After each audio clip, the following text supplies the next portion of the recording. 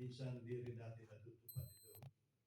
Dahil meron tayong mga kaaway na hindi natin mapapatawad at sinabi natin na hanggang mamatay na lang ako, hindi kita matatawarin.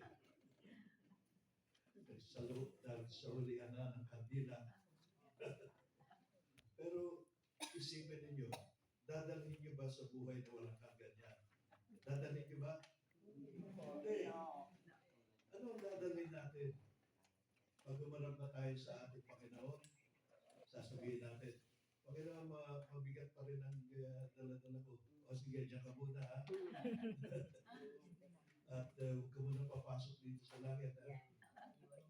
Pero kung umarap tayo sa Panginoon in our judgment, at lahat tayo huhusga ng Panginoon, mas mabuti siguro kung malaya tayo na umarap sa Kanya, just as we are. At wala na mga pagkain. Kasi yung mga hindi natin magpapatawad,